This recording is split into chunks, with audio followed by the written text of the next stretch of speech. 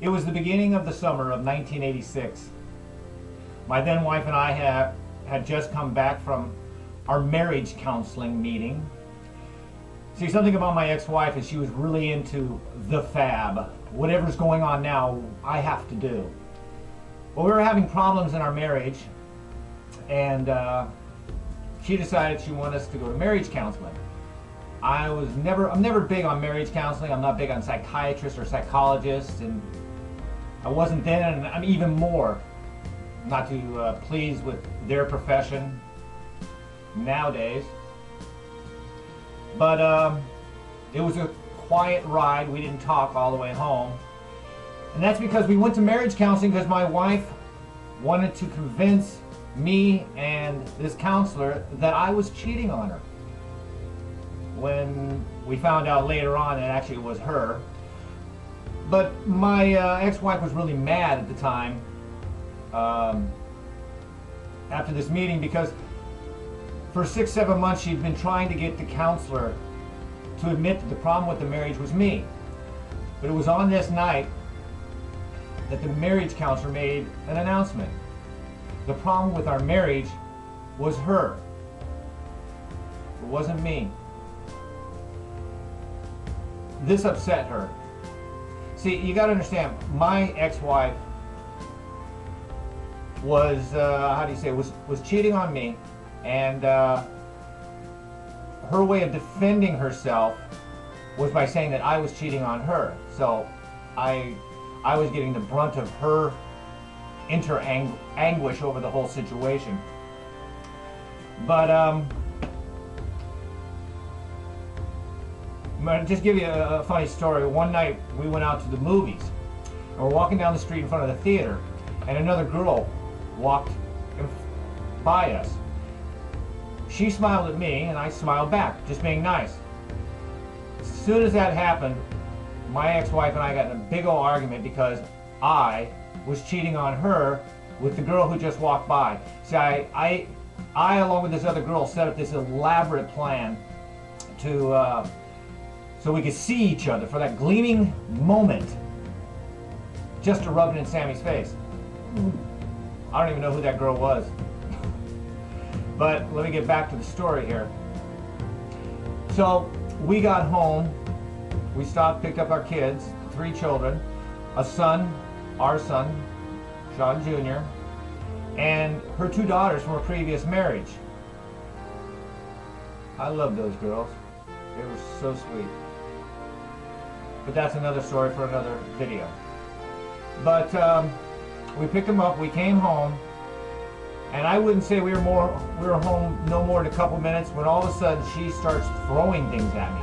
Anything she can get her hands on. A book, vases, pots, pans, she threw knives at me. She got so crazy that she was foaming at the mouth. She then grabs my clothes and starts throwing them out, screaming the whole time that now she knows that I'm cheating with a therapist. Yeah. See, any woman who came in front of me, I was cheating on with that woman. But after throwing my clothes out, she grabs a hammer and goes out front and starts beating on my car with a hammer. At that moment, the police show up, the Los Angeles Police Department. They subdue her and they start talking to us. After determining what was going on, they came to me and said that I should pick up my clothes, get in my car, and go somewhere. Now my slight argument with them was, you see she's foaming, you see she's attacking my car, you see she pretty much threw my clothes out here, so you feel she is better to watch over our children in her condition than I am. And that's when the policeman told me, this is just the way it works out. The woman stays with the children and the men leave. Now, if you don't want to leave, we will arrest you. And I looked at him and I said, well, what are you going to arrest me for? He said, we can come up with a lot of reasons to split this situation up. We got other things to do. So I had no choice but to leave. It was at that point I decided that's it. The marriage is over.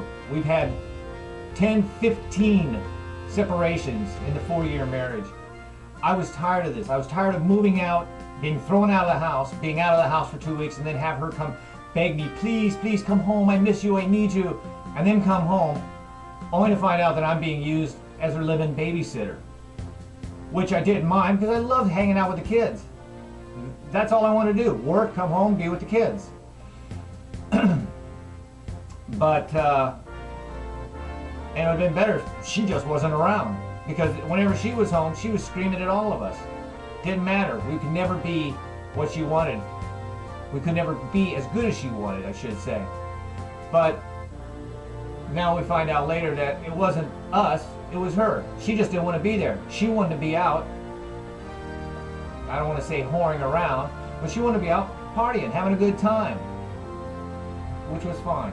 So a few days after the incident, I went to the local Los Angeles Police Department substation in the area to get a copy of the police report, only to be looked at dumbfounded by the guy across the counter from me.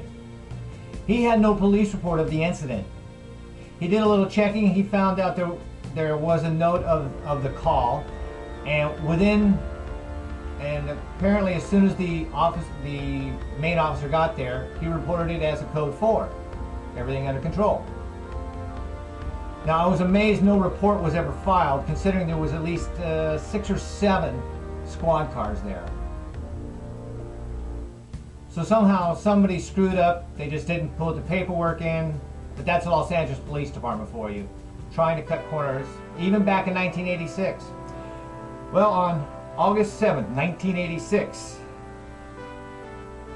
in the San Fernando office, or courts, of the Superior Courts of California, County of Los Angeles, we filed. I filed for divorce. And this is going to be an interesting piece of paper, because there's some interesting stuff that's in there that we both agreed to, and a lot of it was violated.